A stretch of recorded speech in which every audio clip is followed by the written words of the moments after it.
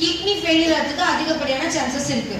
Next kidney stone, dialysis process, creatine level அதிகமாக வருது, சடனா ஹார்ட் அட்டாக்லாம் வருதுன்னா அது காரணம் பாடி ரொம்ப அசிட்டிக்கா ஆகுறதுனால தான். ஓகேங்களா?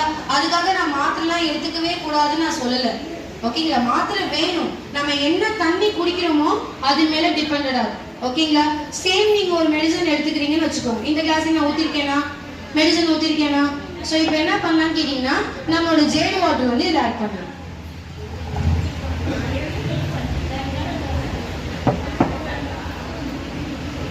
ஜேடு வாட்டர் ஊத்தினோன்னு என்னாச்சு ப்ராப்ளம்? வாட்டர் குடிச்சோன்னே என்னாச்சுன்னா அந்த கெமிக்கல் வந்து இதுல அஃபெக்ட் ஆகல. இதுக்கு நான் ஃபர்தரா வந்து எந்த விதமான மாத்திரை யூஸ் பண்ணணும்னு அவசியமே கிடையாது. என்ன இருக்கு? ஸோ டேப்லெட் வந்து டிசால்வ் ஆயிருக்கா?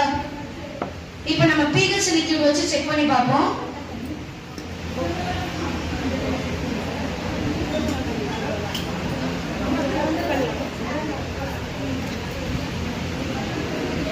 pH வச்சு லிக்விட் வச்சு செக் பண்ணி பார்த்தா என்ன வந்திருக்கு பாயிண்ட்?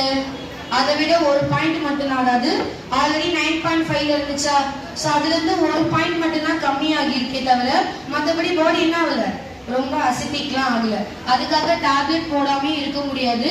டேப்லெட் இருக்க கெமிக்கல் நம்ம உடம்ப பாதிக்காம இருக்கணும்னா இந்த வாட்டர்ல வந்து பியூரிஃபைடுன்னு சொல்லி ஒரு ஆப்ஷன் இருக்கு. அதை ஆன் பண்ணி நம்ம தண்ணி குடிச்சோம்னா அந்த டேப்லெட் இருக்கிற எஃபெக்ட் வந்து என்ன பண்ணாது, நம்ம உடம்ப பாதிக்க விடாது. இன்னொன்னு அதுல இருக்கிற ஒரு 10% பெனிஃபிட்டோ 20% பெனிஃபிட்டோ நம்ம உடம்ப வந்து